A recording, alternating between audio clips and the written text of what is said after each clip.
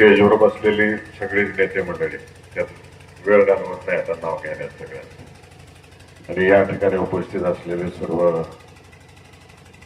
मतदार बंधू भगिनी, सोलापूर जिल्हा परिषदेचं आणि आपल्या तालुक्याचं एक वेगळं नातं आहे. ते आज नाही, 70-71 सालापासून ते आज सांगायचं.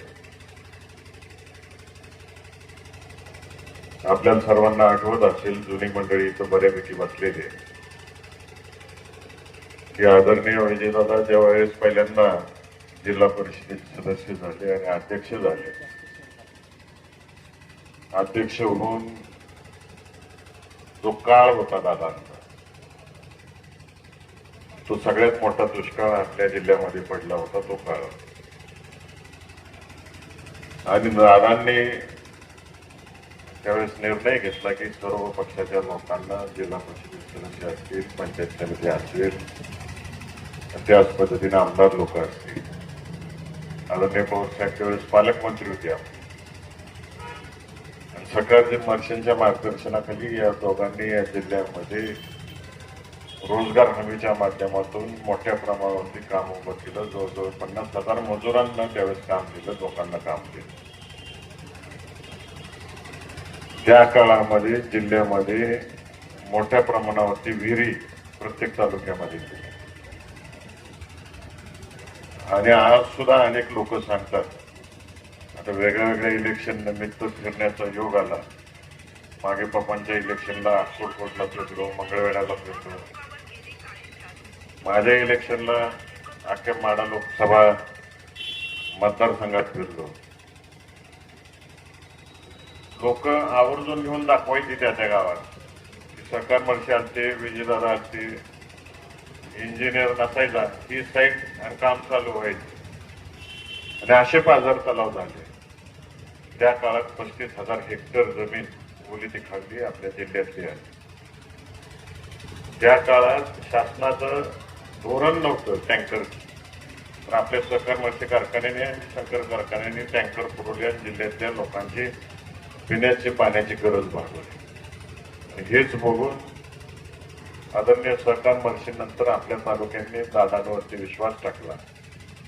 दादांना राज्याच्या विधानसभेत पाठवलं. दादा सुरुवातीला उपमंत्री झाले. आता इथं बसण्यात तरुण पिढीला माहीत नसेल, पूर्वी इरिगेशन खात्याचं नाव कडा होतं.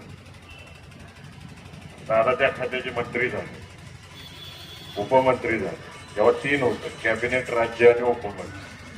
दादा उपमंत्री झाले आणि उपमंत्री झाल्यानंतर दादांनी जेव्हा एक किस्सा आहे नेरेच्या बाबतीतला,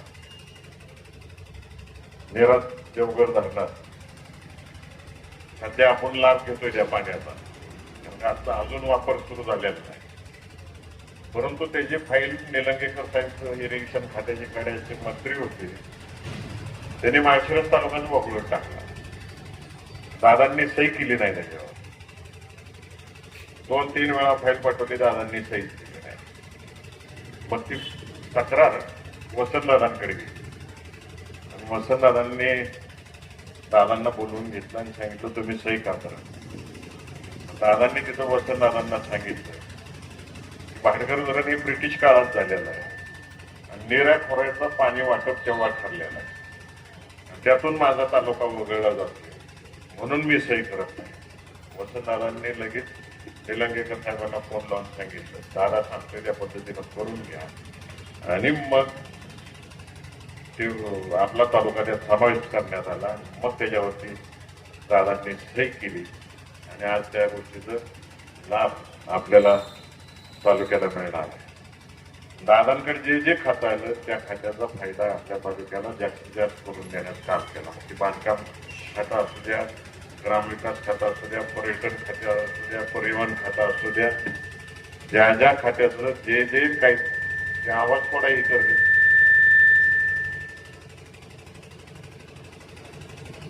जे काही देता येईल ते देण्याचं काम आदरणीय दादांनी केलं. त्यानंतर आदरणीय पप्पासाहेब जिल्हा परिषदेचे अध्यक्ष झाले. जुन्या सगळ्या लोकांना माहीत असेल जेवढे तालुक्यातले ओढे त्याच्यावर कोल्हापूर पद्धतीची बंधारे पुणे या जिल्ह्यात सगळ्यात जास्त बांधले असतील तर ते पप्पासाहेबांनी बांधले. पप्पांनी तर कार्यकर्त्यांची कारखानाच होता पप्पांनी नुसतं झेडपी सदस्य केलं नाही तर त्यातून आमदार सुद्धा या जिल्ह्याला अनेक आमदार दिले, मंत्री दिले त्या माध्यमातून. आणि या राज्यामध्ये जेव्हा मराठवाडा विद्यापीठाला नाव द्यायची वेळ आली डॉक्टर बाबासाहेब आंबेडकरांनी, त्यावेळेस पहिला ठराव कोणी केला असेल तर पप्पांनी जिल्हा परिषदेमध्ये केला आणि डॉक्टर बाबासाहेब आंबेडकरांच्या विद्यापीठाला नाव द्यायला आमचा पाठिंबा आहे, सोलापूर जिल्ह्याचा पाठिंबा आहे. आदरणीय मदनदादांच्या काळात ग्रामपंचायती सक्षम झाल्या पाहिजे म्हणून दादांनी जिथं जिथं शक्य आहे त्या ग्रामपंचायतींना DRDAच्या माध्यमातून निधी उपलब्ध करून दिला आणि ग्रामपंचायतींनी गाळे बांधली आणि त्यातून उत्पन्न चालू केलं. आज सुद्धा जिल्ह्यात कुठं कुठं फिरताना लोक सांगतील मदनदादा अध्यक्ष असताना दिलेलं आहे. उदाहरण जर द्यायचं झालं तुम्ही पंढरपूरला चालला तर पंढेश्वरगावला जे काय त्याला काय आहे मदनदादांनी दिले. त्या जी मोठी गाव आहेत ती तर गेल्यावर सांगतील हे आम्हाला मदनदादांनी दिले. ही एवढी उदाहरणं एवढ्यासाठी सांगितलं की जिल्हा परिषद आणि आपल्या कुटुंबाचं आणि माळशिरस तालुक्याचं जे नातं आहे ते आपण कशा पद्धतीने जपतोय. एकेकाळी नामदेवराव जगताप हे पक्षांतर्गत सरकार मैत्रीचे विरोधक होते, तर आपल्या तालुक्याची संस्कृती काय होती. एक प्रसंग असा आला की नामदेवराव जगताप साहेबांना जिल्हा परिषदेमध्ये पाठवायचं होतं, तर साहेबांनी त्यांना इथं आणलं, बोरगावमधनं उभं केलं आणि इथून निवडून देऊन जिल्हा परिषदेमध्ये पाठवलं. वैचारिक मतभेद होते का? होते, टोकाचे मतभेद होते, परंतु एक वेगळं संस्कृती जिल्ह्याच्या राजकारणाच्या दृष्टिकोनातून, जिल्ह्याचं सामाजिक वातावरण टिकवण्याच्या दृष्टिकोनातून आपल्या नेते मंडळींनी कायम वेगळी भूमिका घेतली आणि सर्वसामान्य जनतेचा विकास हाच डोळ्यासमोर ठेवून काम केले. पंचायत समितीच्या माध्यमातून तुमच्या सगळ्यांच्या आशीर्वादाने मला काम करण्याची संधी मिळाली. आपलं पंचायत समितीचं नवीन ऑफिस झालं. 25-15च्या माध्यमातून म्हणजे गावठाणातले जेवढे सिमेंटचे रस्ते ते माझ्या काळात झाले. दादा ग्रामविकास मंत्री होते, दादांनी ते हेड शोधून काढलं. गावठाणात काही रस्ते होत नाहीत, मोठे रस्ते होतात तर अंतर्गत रस्ते काय होत नाहीत. 25, 15, 30, 54 हे त्यावेळेस सुरू झाले. आपण माळशिरस तालुक्यात गेल्या मग राज्याने ते धोरण स्वीकारले. हे कायम आपण एक पाऊल आपल्या तालुका हा दादांच्या मार्गदर्शनामुळे आपण पुढे जायचो. अर्जुन दादांनी आणि वैष्णव वहिनींनी तर बचत गटाच्या माध्यमातून मोठ्या प्रमाणावर आपल्या तालुक्यात काम केलं. बांधकाम कामगार असतील 5,000 बांधकाम कामगारांचा विमा उतरवला, त्यांना साहित्य दिलं. आज त्यांचं प्रश्न मोठ्या प्रमाणावरती मार्गी लागला आणि सगळ्यांबरोबर ठेवून काम करायचं. दादांची शिकवण राजकारण, इलेक्शन पुरतं राजकारण आणि इलेक्शन झाले की सगळ्यांना घेऊन चालायचं, तेच धोरण आम्ही सगळ्यांनी चालत होतो. रणजितदादांच्या माध्यमातून गेल्या 5 वर्षामध्ये मोठ्या प्रमाणावरती आपल्या तालुक्यामध्ये रस्ते आले. आज तुमचा लवंगचा खासचा रस्ता व्हायला लागलेला आहे हायब्रिड इम्युनिटी मधून, ते रणजितदादांनी आणला. तुम्हाला सगळ्यांना नेते मंडळींना आठवत असेल 3 वर्षापूर्वी रणजितदादांनी बैठक घेतली. बैठक घेऊन जवळजवळ MSCBची घेतली, प्रस्ताव तयार केला, राज्य शासनाकडे पाठवला, केंद्राकडे पाठवला आणि त्यातून जवळजवळ 328,70,00,000 रुपयाचा निधी आमच्या तालुक्याला मंजूर करून आणला. आता मोठी यादी आहे, त्यातले प्रमुख मी तुम्हाला गोष्टी सांगतो.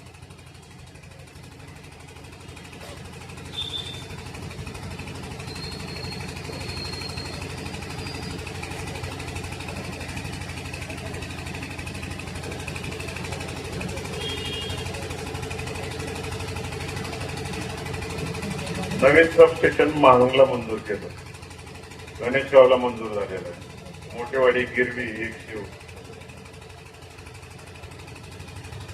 जुने सबस्टेशन आहेत. त्यातलं ट्रान्सफॉर्मरची कॅपॅसिटी वाढवायचं. नेवरे, आनंदनगर, कोळेगाव, जयगाव जुन्या सबस्टेशन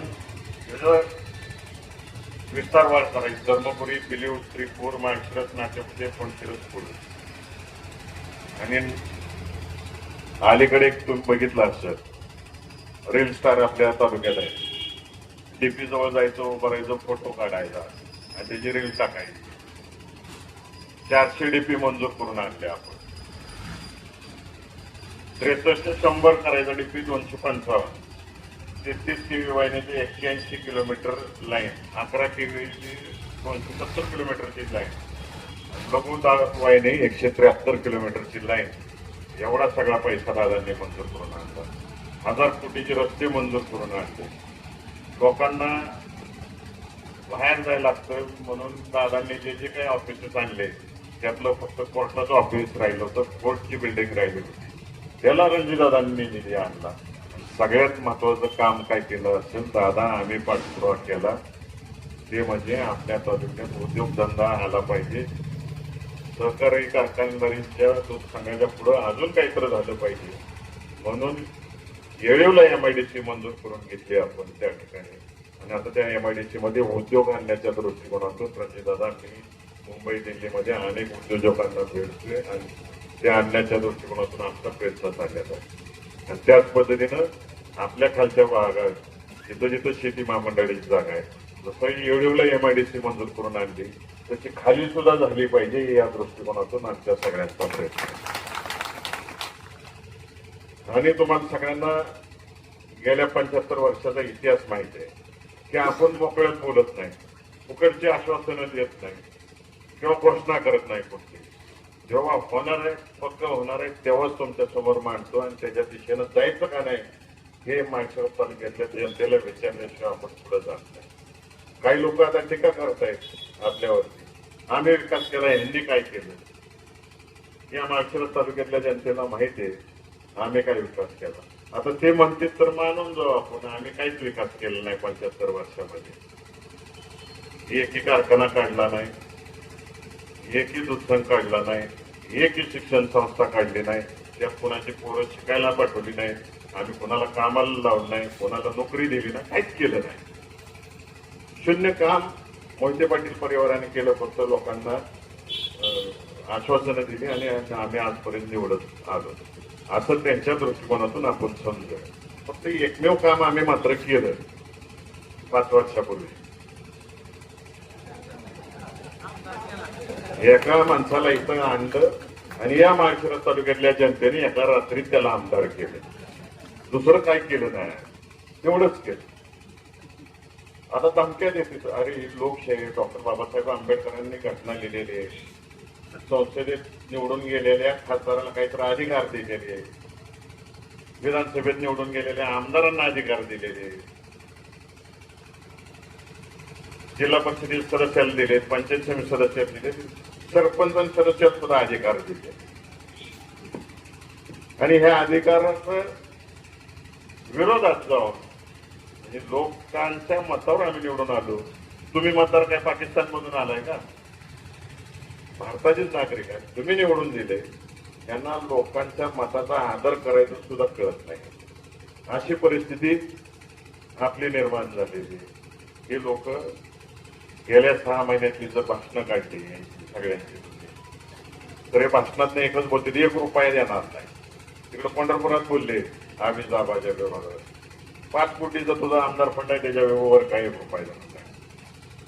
उत्तम जानकरांना म्हटले 13 रुपयाच्या वर तुला काय देणार नाही. माझ्यावर काही तर बोलते, बोला. हे तुमचे जे काही शब्द आहेत, शिवाय आहेत, ते आम्ही फुलं म्हणून स्वीकारू, परंतु कायदा आम्हाला कळतो. आम्ही 75 वर्ष झाल्यावर घरात राजकारण बघितलेलं आहे, प्रशासन बघितलेलं आहे. प्रशासन कसं चालवलं जातं, घटनेनं काय अधिकार दिलेले ते बघितले. यांनी प्लॅन असा केला गेलाय 6 महिन्यामध्ये की डीपीडीसी निधी असतो, डीपीडीसीचा जो कायदा आहे, आता अर्धवट स्थितीत डीपीडीसी आहे. डीपीडीसी सभासद कोण असते? एडपी सदस्य असतील, नगरपालिकेचे सदस्य असतील, महानगरपालिकेचे सदस्य असतील, आमदार असतील, खासदार असतील, आणि त्याच्यावर मग अध्यक्ष पालकमंत्री असतो आणि शासकीय अधिकारी त्या कमिटीचे सदस्य असतात. सगळ्यांच्या विचारानं निधी वाटला जातो, सगळ्यांची मतं जाणून घेऊन निधी वाटला जातो. आम्ही सुचवलेली कामं गेल्या 6 महिन्यात 1 रुपया दिला नाही. प्लॅन असा होता यांचा की 6 महिन्यामध्ये डीपीडीसीच्या कायद्याप्रमाणे वर्षातून 3 बैठका घ्याव्या लागतात, दर 3 महिन्याला. त्यांनी मे महिन्यात बैठक घेतली, प्रस्ताव मागवले आणि 1 रुपयाचा निधी विरोधातल्या 6 आमदारांना दिला नाही आणि 3 खासदारांना दिला नाही. का दिला नाही?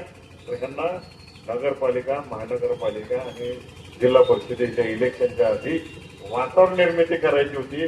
ती आम्हाला जर मतं नाही टाकली तर तुम्ही निवडून दिलेल्या माणसाला आम्ही 1ही रुपया देणार नाही. त्यामुळे आम्ही सांगतो तसं ऐका. त्यांची भाषा जर बघितली, एकेरीची भाषा, हुकुमशाहीची भाषा, इलेक्शन होऊ दे, त्यांनी टिपडीची बैठकच काढू दे, त्याची वाटच बघतोय.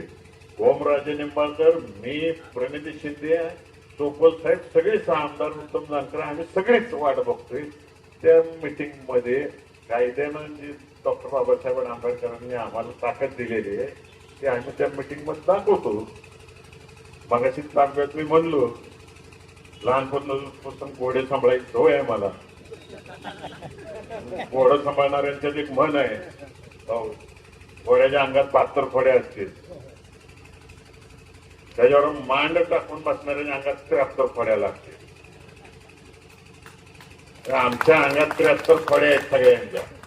हे निधी कसा आणायचा त्याला चांगली अक्कल. एकदाच तू डेप्युटीची मिटिंग काढा तुम्ही, मग आम्ही दाखवतो की आम्ही जनतेसाठी काय करू शकतो. आणि वेळ प्रसंगी रस्त्यावर उतरायची वेळ आली, पण कोणत्याही टोकाचा संघर्ष करायची वेळ आली तर मागं पुढं बघणार नाही. परंतु आमच्या मतदारसंघातील आणि या सोलापूर जिल्ह्यातील जनतेच्या साठी आम्ही निधी आणू. जुना काळ आठवून बघा तुम्ही सगळ्यांनी. जुन्या काळामध्ये कुठलेही म्हणजे अगदी शेवट चंद्रकांतदादा होते तोपर्यंत कोणी भेदभाव केला नाही. सगळ्यांचा सन्मान केला आणि सगळ्यांना निधी द्यायचं काम केलं. दुर्दैव असं आहे, आमची चूक होती, उपरी अंगावर घेतली आणि जिल्ह्याला उपऱ्या पालकमंत्र्यांची सवय लागली. कर्तृत्ववान अनेक आमदार आहेत, यातला एक सुद्धा कर्तृत्ववान आमदाराला या जिल्ह्याचं पालकमंत्री केलं जात नाही. एवढं दुर्दैव सोलापूर जिल्ह्याचा आज सांगायचं कधी आलं नव्हतं आणि इथून पुढे येऊ नये अशी अपेक्षा मी ठेवतो.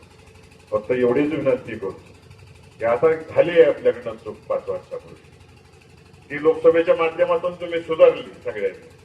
विधानसभेला सुद्धा आपलं राज्य एका दिशेला आणि सोलापूर जिल्हा एका दिशेला, माळशिरस तालुका एका दिशेला. नगरपालिका इलेक्शनला सुद्धा तुम्ही हिशोब काढून बघा.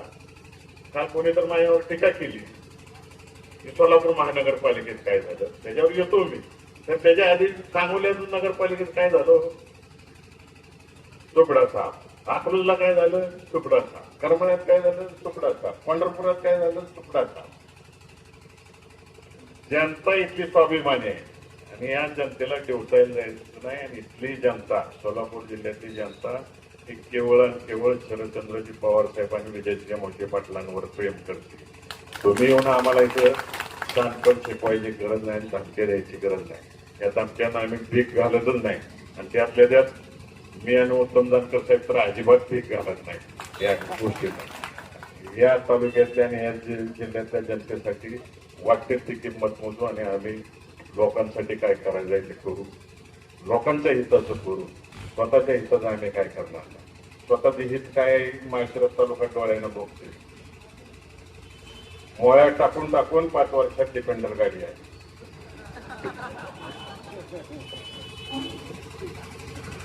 आता माझे माळशिरस तालुक्यातल्या तरुण कार्यकर्त्यांना विनंती आहे, त्यांच्याकडे आपण सगळे मिळून क्लास लावू.